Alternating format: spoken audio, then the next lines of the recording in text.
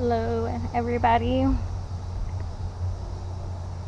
Thank you for stopping by and visiting my blog. My name is Rocio, and I am the creator of Life is Messy. And I just wanted to say hi to you. I wanted to welcome you to my space, and I wanted to make a video so that you can get to see how I look, my voice, what I'm doing, where I'm at. I'm actually in a beautiful remote area. This is usually where I come over to think and make my magic happen. So I want to just thank you for stopping by and letting you know that I appreciate you. I appreciate you taking time to come over and visit my blog, visit my space. And the reason why I wanted to do a video is because I felt like it would be just more compelling, and it would allow you to just kind of see my personality a little bit more, and to kind of understand me a little bit more, and what I do. And so usually I come here to this space, kind of glance over at that pond over there behind me, and I just relax. And this is where I am able to create some of my stuff. And I also wanted to make a video because it was a challenge for me to be able to present myself in a video format to you, to my audience. And how can I set up a video challenge or anything that has to do with video if you haven't seen me in a video, if you haven't even seen me do a video? So, for those that were saying, well, I didn't feel like submitting a video to your second podcast challenge, was because I didn't see your video. And you're right. So how do I expect you to do something that I'm not personally doing? So I wanted this to be my first video challenge. Excuse me. And along with that, I wanted to make this video of what I would do if I had $1 million. And I can't pinpoint everything I want to do with $1 million, but I'll just pick one little thing that I would do if I had this money. And it would definitely be, or it would have to do with our education system, our educational system, of the way it's set up, how it is. And there's just a lot of things that I don't agree with it. And it's unfortunate that I know now the harsh reality of it, the industry that's behind it, and the policymakers that make these rules or enact these rules for a lot of our public school systems. And what ignited this was because I actually came across a movie called Waiting for Superman. I don't know if you've seen that movie, maybe you have heard of it, or maybe you haven't. So it is it's a movie that really touched home with me, because I felt so bad for all those children that were just kind of being pushed through the system, regardless of their talents, regardless of how smart or not smart, whatever even that means, but just how they're pushed through this system just so that somebody else above can make money. And that was kind of upsetting to kind of hear, kind of watch. And it definitely helps to have a reason why, and what I would do with $1 million. And I would definitely try to help others create a better educational system that where it's not where you just push these people to either be in a blue collar field, white collar field, and push those that are a little bit more advanced in a higher level and just continue to push those people, and then those that just kind of failed, didn't get a chance to succeed, just kind of leave them there and forget about them. And they're gonna work at Starbucks, they're gonna work for Walmart, so they're gonna work for some other job. And I would just try to honestly change that, or create either a scholarship or some type of fund that helps students, youth, become more empowered, because they are the next generation. They are the people that are coming after me, and what can I leave them with? What can I do to help them advance? Because not that it's too late for me. It's never too late. Whatever age you are, it's never too late to continue to educate yourself, and it's never too late to continue to persevere for a better education, because it is key. It is very, very helpful to learn language and what the language does, linguistics, how to use proper sentences, verbiage, so that you can get what you want, because I'll give you an example. Let's say you go into an interview and you go in with your slang, your terminology, with just this attitude of I don't give a shit. Chances are that you might not get hired. But if you are able to compose yourself and acquire this knowledge of,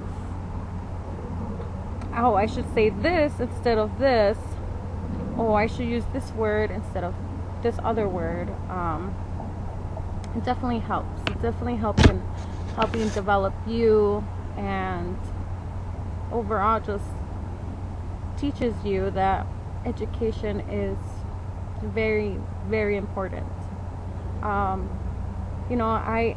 was pushed through the system. I went to a high school that I wasn't accepted to. I was kind of like forced into this high school, and I met wonderful people, made wonderful friends, but I didn't realize that 13 miles from there, another high school was having somewhat of a slight better education, or somewhat of a slight different way of presenting this material to you, and it would help you acquire this knowledge a little bit better. So, I didn't know this. I thought every school was the same, and to kind of watch this movie and realize the harsh reality of what public schools is, or what it does and means, and how my friends got pushed through the system too, and if I had $1 million, I would definitely focus my energy on finding a scholarship, or not finding one, creating a scholarship for people, for students to persevere, to really step into their power. Because I feel that what some of the schools do, what the media does, everything is your teacher. Your friends are your teachers, your parents are your teachers, your surroundings are your teachers. All of this definitely affects your education. And if I am able to create a scholarship, or am able to create a better outline or better school, I want everybody to be in on it. I want everybody to come in and just be successful. I feel like a lot of these surroundings, a lot of this stops us from growing, stops us from stepping into our power that we already have. And I haven't gotten the opportunity to sit down and be thoroughly detailed about how I'm going to execute it or how I wish to execute it. But I know that's there. I know this thought is there, and I know that that's what I want to do.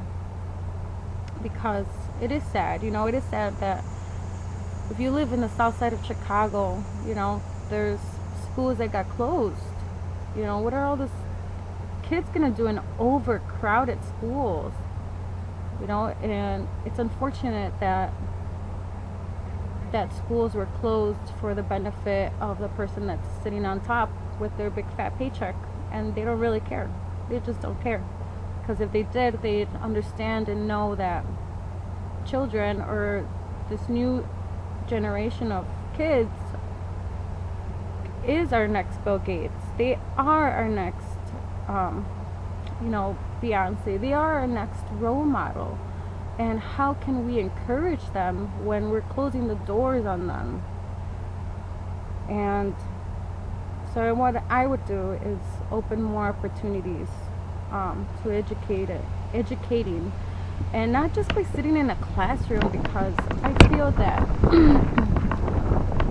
I didn't really, not that I really didn't learn, but I feel like I would have learned more if I was implementing what I was learning in school already, and not just by sitting and reading books and staring at a whiteboard or staring at a teacher just talk. Because I think maybe the teacher's bored too, doing that every day and day out, just in the same classroom with the students, sitting in the same exact row, or sitting them from alphabetical order from your last name, based on your last name. That times are changing, people. There's other ways to educate people. There's more innovative ways, there's more creative ways to educate. And I believe that the best form for you to learn something is to take action on it, to implement it, to just do it. So let's say you're into science, you're in biology, you're in your biology class, and you just do these simple dissecting a frog, dissecting a pig, dissecting a worm. There's better ways, I believe. There's more creative and innovative ways to get this student that is not really interested in science. Does that mean they're going to become a scientist? No, but at least they're interested in the mechanics of science and what it really is, and how there's a giant bug.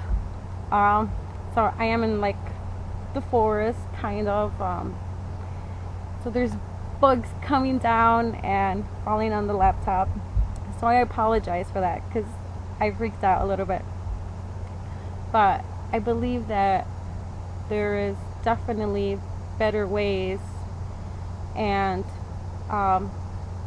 smarter ways to definitely implement, as a teacher, implement your theories onto and into a student, and it begins with this bug not being here.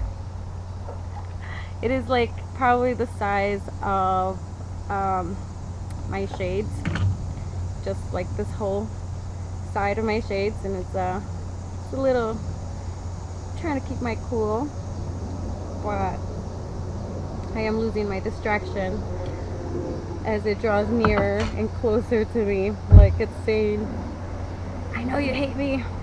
So excuse me while I move the chair a little bit further back. Just let this little creepy crawler fall to the ground. So I feel like making videos is a good way to teach someone, really get them to see, and really get them to just see what I'm talking about. So at this point, I am completely lost my train of thought due to this little creepy crawler. And I hope it didn't affect the message that I'm trying to relay onto you. And this is my video challenge. And, you know, I'm not looking for an extensive answer of everything. Well, I'm going to spend $30,000 on this. I'm going to spend $100,000 on this.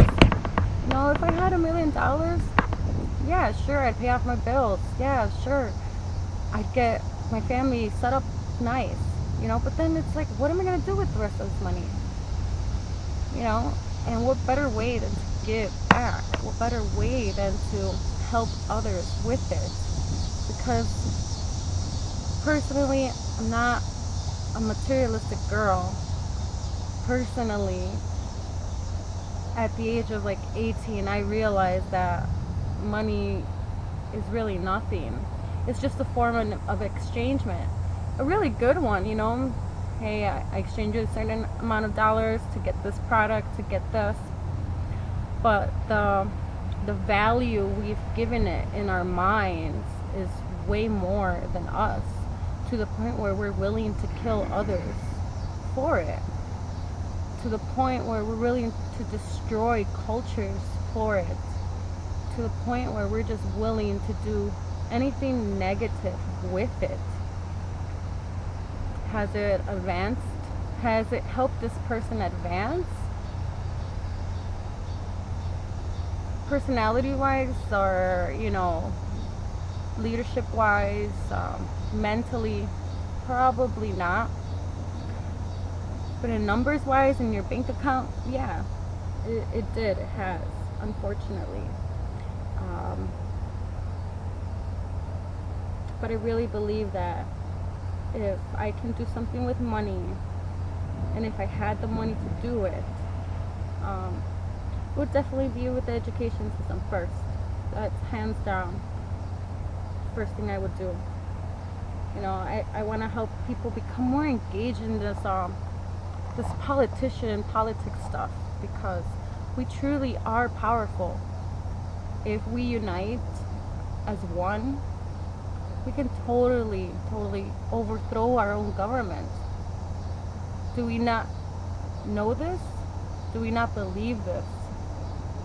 These are some of the questions I have, but the answers that I can only come up with is that if we do unite, and if we do have these same thoughts and feelings, what's stopping us? Because we genuinely have the power to change things. You know, and it reminds me of a conversation I was having with my friends not that long ago, about 2 weeks ago or so. And we were talking about, you know, what's going on in Syria, what's going on in, you know, Japan, all of this stuff that's going on with the war, with the nuclear stuff, and, you know, president this, politics that. You know, it's in our minds every day because, you know, they spoon feed it to us every day in the news, whether it's channel 5, 7, 9, whatever, you name it. It's on the radio, and it's really affecting us, you know. And if we all just come together and realize in our minds that we have this power to truly overthrow our government, to truly enact our laws without these frickin' lobbyists. You know, the way I envision it, or the example I can give you, is how much longer are you gonna sit and stand by the sidelines? How much longer are you gonna take this? How much longer are you just gonna sit there and watch people step all over you? And I'm not saying like your next door neighbor. I'm regarding it to people that have the money, have the power to do this. And it's unfortunate that they've blocked us in our mind from truly stepping into this power. And if anything, we can always look back to history and see the power that we have as humans we were able to come together as one so that people could have the right to vote. And it kind of defeats the purpose now, because I see a lot of my friends or just people that I know or people I've encountered that just don't vote, don't take the time to vote, because they're just like, oh well, it's stupid, I don't feel like doing it, I don't feel like taking time. And if you think back for a little bit and see how hard these people fought for us, for this generation, for the following generations, to be able to vote. And it's just like, it's unfortunate, it's sad to see so many people give up, to see so many people feel like they can't do anything about it, because they can. We really can do something about this. You know, you just have to want to do something about it. And I feel that we should want to do something about this. We should want to unite together and fight against these forces of evil, fight against these fucking people that are bringing us down, because we do have that power. We truly do. And you can say, well, if we unite, or if there's a riot, or you name it, whatever, some kind of revolution, there's all these cops, there's people gonna do this. Imagine the families of these cops, imagine the families of these Army veterans, you know, whether you're in the Marines, Air Force. If those family members also united, can those people, or the people of service, truly fight their own family? These are just little thoughts and nooks and crannies that I want to just convey onto you and relay this message to you, because I genuinely feel that we truly can do something. We can be better than this. We can truly overcome this together, because it is truly, truly powerful to be united than to be alone. It is truly powerful to be one than to be alone. And I'm probably gonna get out of here. There's like 30 bugs right crawling up to my laptop. I think they can smell delicious food, or the bright color maybe is attracting them. But anyways, what I would do with $1 million is definitely focus on the education system. And I hope that some of the things I said were able to ignite a thought within you, either to help with my thoughts, you know, collaborate with me, or simply start something of your own. I love you all. Thank you. I really appreciate it. I can't tell you enough how much I appreciate that you're taking the time to stop by and say hello and listen to me. It's very humbling and very rewarding, and I want you to understand that without you, I don't think that I would have the success that I have. So I appreciate you. Thank you for listening to me. And there's more videos to come, because I feel that after talking for 20 minutes, I feel a little bit better now. I'm glad that I took up the challenge of making a video. I'm glad I took up the challenge of giving myself to you. And stop by tomorrow for my following video of wherever I'm at, and stop by every Wednesday to listen to my podcast. I'm Rocio, once again signing off from Life is Messy, and thank you guys. Bye.